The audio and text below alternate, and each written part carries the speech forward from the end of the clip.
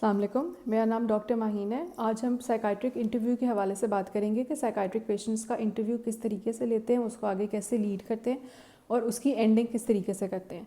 सबसे पहले आपने पेशेंट को सलाम करना है। उसके बाद आपने अपना इंट्रोडक्शन देना है कि मेरा नाम डॉक्टर माहीन है, मैं माहिर नफ्सियात हूँ और आपसे आपकी बीमारी के बारे में कुछ बातचीत करना चाहती हूँ। उसके बाद साथ ही आप उससे कंसेंट ले लें, और कंसेंट लेने की लाइन ये होती है कि उम्मीद है मैं आपसे जो भी सवाल जवाब करूँगी आप मेरे साथ ताउन करेंगे। ये कंसेंट की लाइन के अंदर आ जाता है।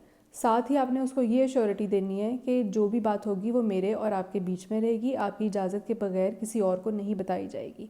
ये कॉन्फिडेंशियलिटी होती है। इसके बाद जब पेशेंट हाँ कहेगा तब आपने आगे से इंटरव्यू शुरू करना है। उसके बाद आप पेशेंट से पूछ लें कि क्या आप मुझसे अकेले में बात करना चाहते हैं या आप किसी को अपने साथ बिठाना चाहते हैं। ये पेशेंट की मर्ज़ी के ऊपर डिपेंड करता है। अगर पेशेंट कहता है कि मैं अकेले में इंटरव्यू देना चाहता हूँ तो आपने कहना है ठीक है, और अगर किसी को साथ बिठाना चाहते हैं तो आप उसकी मर्ज़ी के अटेंडेंट को साथ बिठा सकते हैं।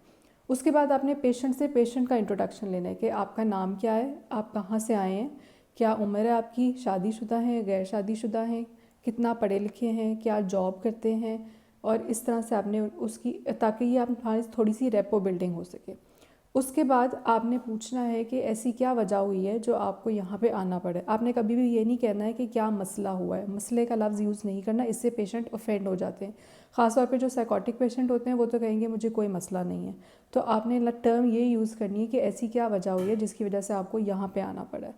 उसके बाद आहिस्ता आहिस्ता उसको आपने 5 मिनट आपने उसको बोलने के लिए देने हैं। फ़ौरन से बेशतर आप अपने नोट्स ना लिखने शुरू कर दें, वरना मरीज़ को ये लगेगा कि आप सिर्फ नोट्स लिख रहे हैं और उनकी बात नहीं सुन रहे। कोशिश करें कि आई कांटेक्ट मेंटेन करके रखें। अगर पेशेंट आई कांटेक्ट मेंटेन नहीं भी करता तब भी आप अपना इंटरव्यू जारी रखें, छोड़ने की ज़रूरत नहीं है।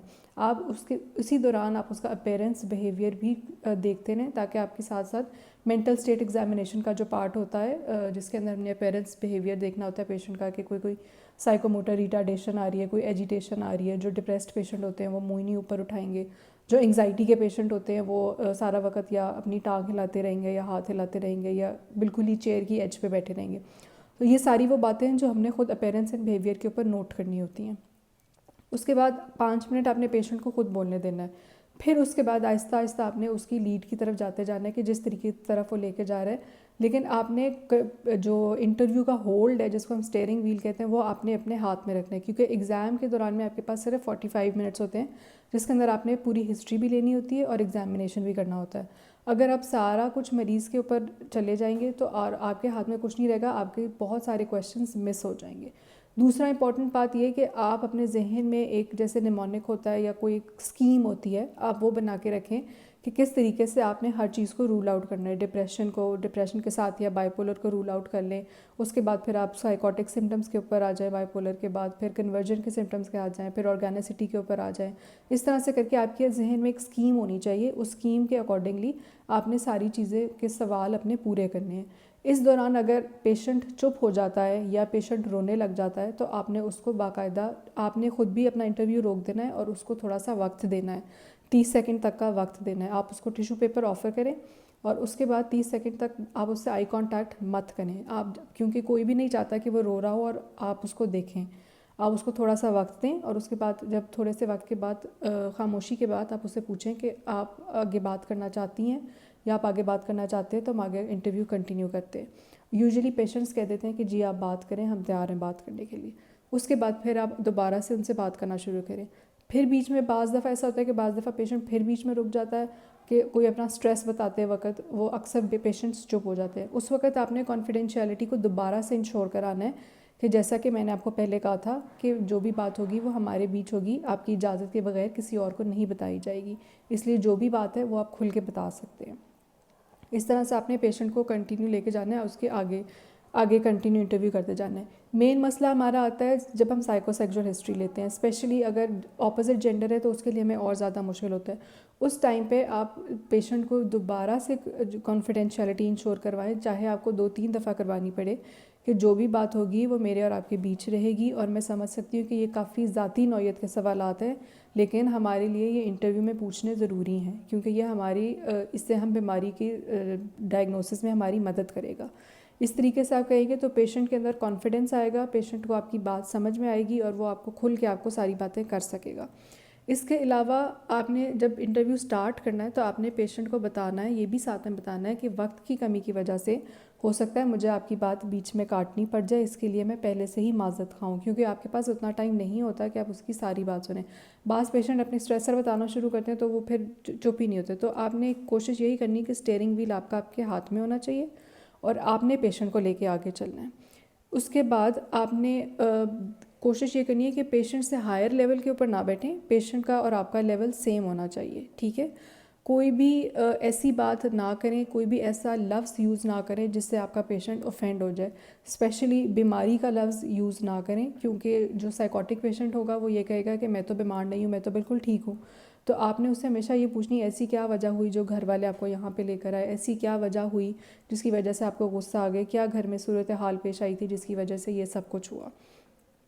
उसके बाद जब आपने एंडिंग करनी है, आपने एंडिंग करने से पहले करते वक्त आपने पेशेंट को थैंक यू करना है कि बहुत बहुत शुक्रिया कि आपने मेरे साथ भरपूर तरीके से ताउन किया है, और उसके अलावा भरपूर तरीके से आपने ताउन किया मेरे साथ, आपके ताउन का शुक्रिया। शुक्रिया के भी मार्क्स होते हैं। उसके बाद आपने पेशेंट से पूछना है कि क्या आपके जहन में कोई और सवाल है जो आप मेरे से करना चाहते हैं। ये आपने सवाल ज़रूर उससे पूछना, ताकि पेशेंट को ये ना लगे कि सिर्फ आप अपने सवाल पूछते हैं और उसकी बात नहीं सुन सकते।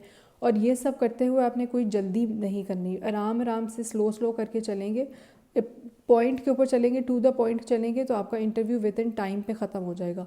लेकिन अब अगर आप भागम दौड़ करेंगे कि कभी आपकी स्कीम नहीं बनी होगी ना अगर, तो आप कभी एक सवाल मिस कर जाएंगे, कभी दूसरा सवाल मिस कर जाएंगे।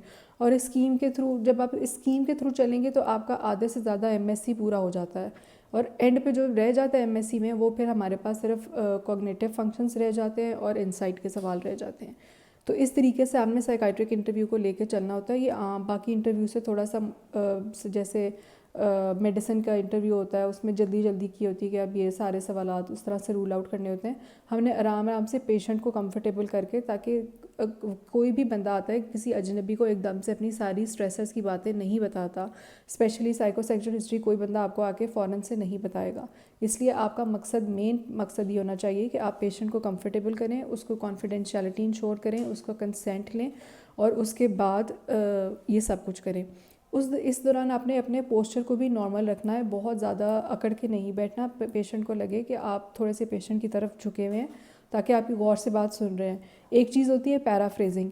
पैराफ्रेजिंग में होता है कि जब पेशेंट बात कर रहा है तो आप थोड़ी देर के बाद उसे जो भी उसने बोला है आप उसको थोड़ा सा बोल के बताएं कि जी अभी तक मुझे ये समझ आई है कि आपके साथ ये इशू चल रहा है। तो इस तरह मरीज़ को ये थोड़ा सा कॉन्फिडेंस आता है कि हाँ डॉक्टर मेरी बात सुन रहा है और उसको समझ में आ रही है। अगर आपको कहीं पर भी बीच में ऐसा लगे कि बीच में आपको कोई बात पेशेंट की समझ नहीं आ रही, तो आप दोबारा से उसे पूछ लें कि मैं आपसे माज़रत खाऊँ कि मुझे आपकी ये वाली बात समझ नहीं आई, इसकी थोड़ी सी वजाहत कर दें। तो इस तरह पेशेंट आपको और वजाहत कर देगा। और एंड पे आपने ये ज़रूर सवाल पूछना है कि अगर कोई बात मेरे से मिस हो गई है या आप कोई और बात करना चाहते हैं तो आप वो मुझसे ज़रूर पूछ सकेंगे।